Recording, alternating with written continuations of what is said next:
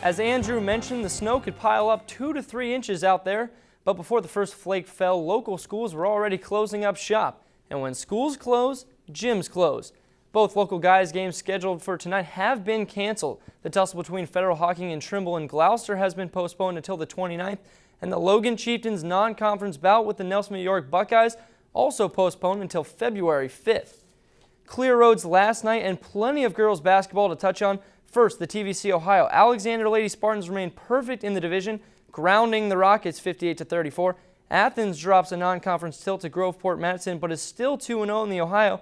And in a battle of the divisional unbeatens, the Vikings crushed the Buckeyes 52-48. Over in the Hawking, the Tomcats tandem of Taylor Savage and Jesse Spears combined for 35 points to silence the Tornadoes, and that first win for Federal Hawking escapes again. Mackenzie Osborne drains a three-pointer with only 10 seconds left to beat the Lancers 34-32. Heartbreak in Hemlock as Fedhawk drops to 0-10 on the year.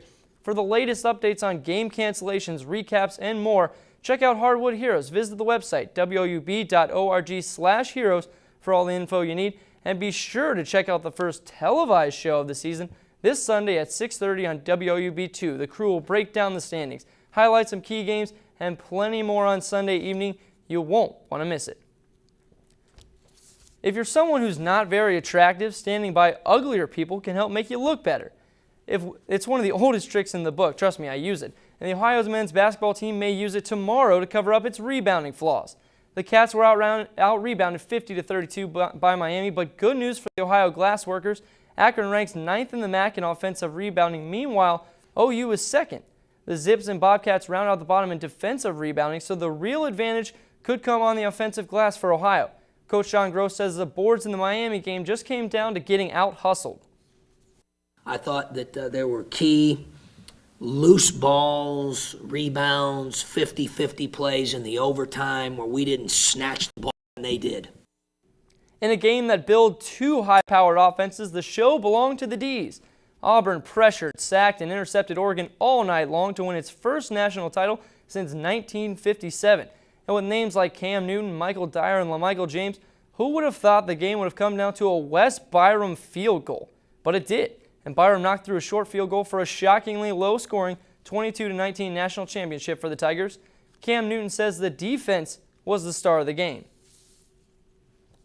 This week, everyone knew the odds was on Auburn defense to see how they would, respond to Oregon's offense. Not taking anything away from Oregon because we played an excellent team, but our defense did their homework and they did the job.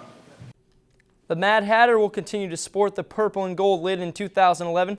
LSU's athletic department announces today that Les Miles will remain in Baton Rouge. So about an hour ago, Michigan says San Diego State's head man Brady Hoke will be the next Wolverines coach. Hoke led the Aztecs to a 9-4 season this year. Not a bad job. Maybe the New Year's resolution for the Columbus Blue Jackets should have been to win. Since the calendar flipped, Columbus is 0-4 and getting blistered between the pipes. Opponents have outscored the Jackets 20-7 during the slide. Columbus welcomes Phoenix into Nationwide tonight. The Coyotes beat Nash and the Jackets 4-2 last Tuesday.